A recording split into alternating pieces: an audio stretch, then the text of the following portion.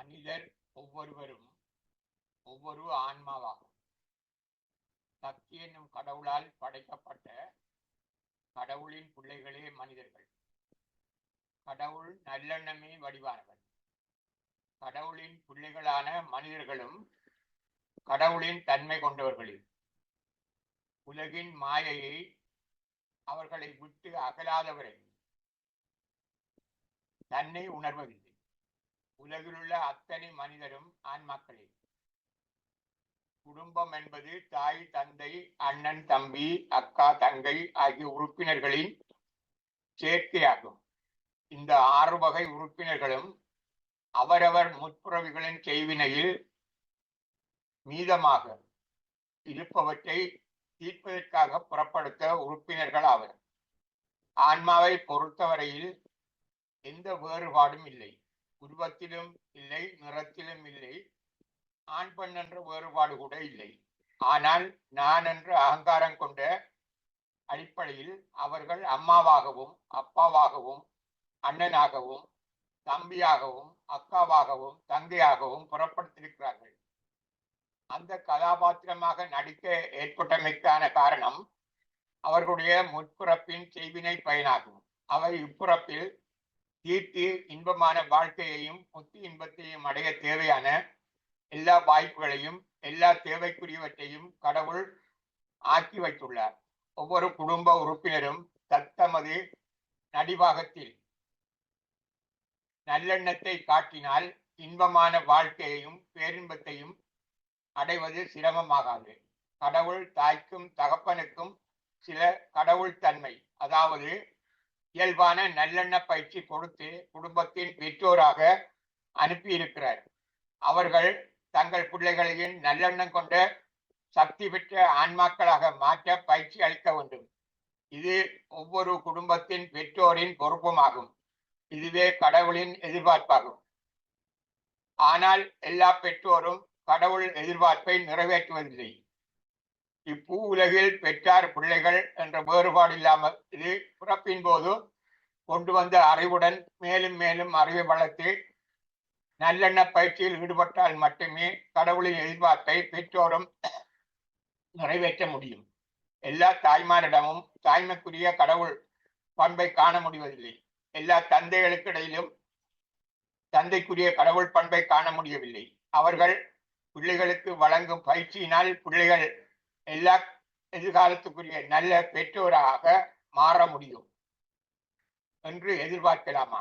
ஒவ்வொரு குடும்ப உறுப்பினர்களான பெற்றோரும் பிள்ளைகளும் கடவுள் எதிர்பார்ப்பின் நல்லெண்ணத்தை நிறைவேற்றுவார்களாக இருந்தால் அவ்வாறு உலகிலுள்ள எல்லா குடும்ப உறுப்பினரையும் குடும்ப ரீதியாக நல்லெண்ணம் கொண்டவர்களாக மாற்ற முடியுமானால் ஒவ்வொரு குடும்ப உறுப்பினர்களுக்கிடையிலும் வளர்க்கப்பட வேண்டுமென்றால் நல்லெண்ணம் எவை என பெற்றோர் மட்டுமல்ல பிள்ளைகளும் அறிந்து கொள்ள வேண்டும்.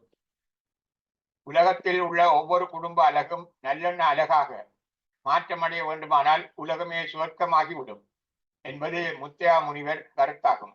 குடும்ப உறுப்பினர்களுக்கிடையில் வளர்க்கப்பட வேண்டிய நல்லெண்ண பண்புகளாக மரியாதை, அன்பு, சுதந்திரம், நீதி, சகிப்புத்தன்மை, நியாயம், அமைதி, நேர்மை, பொறுப்பு, விசுவாசம் போன்ற பண்புகளை குறிப்பிடலாம்.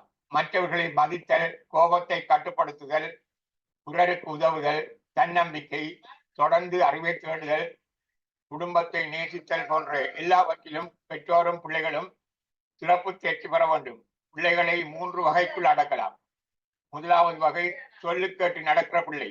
2வது வகை தன்னம்பிக்கை கொண்ட பிள்ளை. 3வது வகை தன்னம்பிக்கை கொண்ட ஆக்கத்திறன் உடைய பிள்ளை. இந்த வேறுபாடு முற்பிறப்பின் செய்வினை பயன் மதிப்பீடேயாகும். பிறப்பில் எந்த வேறுபாடு இருந்தாலும் பிறப்பில் எல்லா பிள்ளைகளின் நடத்தைகளும் நல்லெண்ண நடத்தைகளே. அவர்களை அதே பாணியிலேயே நல்லவர்களாக்க முடியும். அது பெற்றோரை பொறுத்தது. பெற்றோர் அறிவை அனுபவங்களை கொண்டு நல்லவர்களாக வேண்டும். அப்போது அவர்கள் தான் பெற்ற பிள்ளைகளுக்கு முன்மாதிரியாக நல்ல அனுபவங்களை காட்ட முடியும். முதலாவது வகை பிள்ளைகள் அம்மா அப்பா எப்படி வாழ்ந்தார்களோ அப்படி வாழ்வார்கள். அதே விதமாக அன்பை வெளிப்படுத்துவார்கள். மற்றவர்களுக்கு மரியாதை கொடுப்பார்கள். மற்றவர் ஆலோசனைகளை கேட்பார்கள், சாதனை படைப்பார்கள், அமைதியாக எதனையும் சாதிப்பார்கள். தாய் தந்தை பேசுவரும் கல்யாணம் கட்டுவார்கள். தந்தை செய்து வந்த பரம்பரை தொழிலை விரும்பி செயல்படுத்துவார்கள். தந்தையைப் போல தாயைப் போல நடக்க முயற்சிப்பார்கள். நண்பர்களை பார்த்து அவர்களைப் போல செய்ய வேண்டும் என நினைப்பார்கள். நண்பன் சைக்கிள் வாங்கினால் அவனும் வாங்க நினைப்பான். வாழ்க்கையில் தானாக எதனையும் அவன் தீர்மானிக்க மாட்டான். சொந்தமாக எதையும் சிந்தித்து செய்ய மாட்டான். அம்மா அப்பாவுடன் கோயில் குளம் என்று போவான். எல்லோருடமும் சிரித்து கதைப்பான். சந்தோஷமாக பேசுவான். யார் மேலும் பொறாமைப்பட மாட்டான். தாய் தந்தையரை பார்த்து அவர்களைப் போலவே வருமானத்துக்குள்ளே செலவு செய்ய முயற்சிப்பான். கடன் வாங்க விரும்ப மாட்டான். கடன் வாங்கி எதையாவது செய்ய வேண்டும் என்று சிந்தனையே அவனுக்கு வராது. இவ்வாறான பிள்ளைகளை பொறுத்தவரை நல்ல எண்ணத்தை ஊட்டுவதற்கு பெற்றோர் அவ்வளவு சிரமத்தை எதிர்நோக்க வேண்டி வராது. நல்ல நண்பர்களையும் நல்ல உறவுகளையும் ஏற்படுத்தி கொடுத்தால் அவனை நல்லெண்ண மேதையாக்கி விட முடியும். இரண்டாவது வகை தன்னம்பிக்கை கொண்ட பிள்ளை. அம்மா அப்பா எப்படி வாழ்ந்தார்களோ அப்படி வாழ வேண்டும் என நினைக்க மாட்டார்கள். வாழ்க்கை வாழ்வதற்கு, ஆகையால் இப்படித்தான் வாழ வேண்டும் என்று நினைப்பார்கள். அன்பை வெளிப்படுத்துவார்கள். மற்றவர்களுக்கு மரியாதை கொடுப்பார்கள். மற்றவர் ஆலோசனைகளை புத்திமதிகளை செய்மடுத்து கேட்பார்கள்.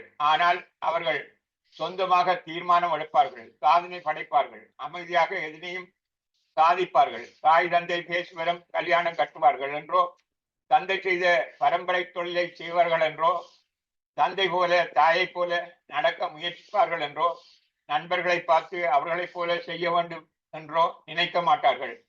தங்கள் மனதுக்கு சரியெனப்பட்டவற்றை செய்வார்கள். நண்பன் சைக்கிள் வாங்கினால் அவன் மோட்டார் சைக்கிள் வாங்க முடியும் என நினைப்பான். அல்லது அது எனக்கு தேவையே இல்லை என நினைப்பார். வாழ்க்கையில் எல்லா தீர்மானங்களையும் சொந்தமாக எதையும் சிந்தித்து எடுப்பான். அம்மா அப்பாவுடன் கோயில் குளம் என்று போவான். எல்லோருடன் சிரித்து கதைப்பான். சந்தோஷமாக பேசுவான். ஆனால் நம்ப முடியாதவற்றை மூட நம்பிக்கை என துணிவாக எதிர்ப்பான். யார் மேலும் பொறாமைப்பட மாட்டான். தாய் தந்தையரை பார்த்து அவர்களைப் போலவே வருமானத்துக்குள்ளே செலவு செய்ய முயற்சிப்பான். பெற்றோர்களின் பிரச்சனைகளை இனங்கண்டு அவற்றை தீர்ப்பது தனக்கும் பங்கெடுக்க முடியும் என்று நம்புவான். கடன் வாங்கி எதையாவது செய்ய வேண்டும் என சிந்திப்பான். இவ்வாறான பிள்ளைகளை பொறுத்தவரை நல்ல எண்ணத்தை ஊட்டுவதற்கு பெற்றோர் அந்த பிள்ளையின் மன ஓட்டத்தின் திசையில் செல்ல வேண்டும். அவரின் எண்ணங்களுக்கு மதிப்பு கொடுத்து அவருடைய தன்னம்பிக்கை மேம்பாடடைய வழிகாட்ட வேண்டும். அவர்களாகவே நல்ல நண்பர்களையும் நல்ல உறவுகளையும் ஏற்படுத்திக் கொள்ளும் பொறுப்புடைய பிள்ளைகள் என்று சொல்லலாம்.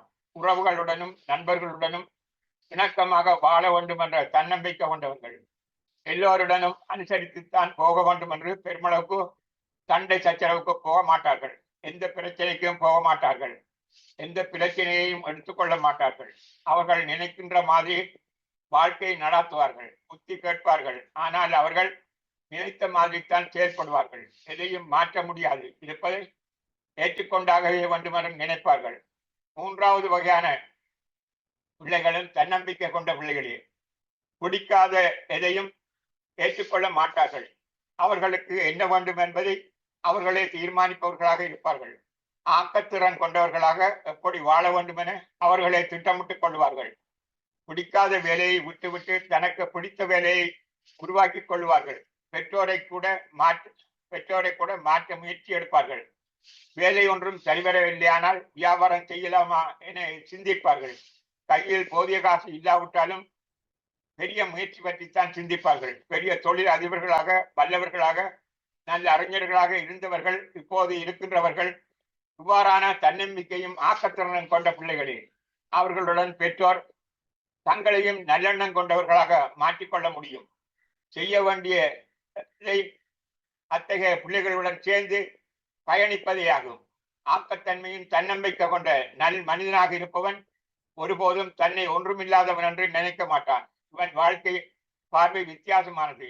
என்ன வேணுமோ, என்ன செய்ய வேணுமோ அதை அவனே தீர்மானிக்க வேண்டும் என்பது உறுதியாக இருப்பான். இப்படியான மூன்றாவது வகை பிள்ளை போல குடும்பத்தின் ஏனைய பிள்ளைகளும் பெற்றோரும் மாற வாய்ப்புள்ளது. அவ்வாறு குடும்பமே நல்லெண்ண குடும்பம் அழகாக மாற முடியும். அப்போது உலகமே சுவர்க்கமாகிவிடும் என்று முத்தியா முனிவர் குறிப்பிட்டார்.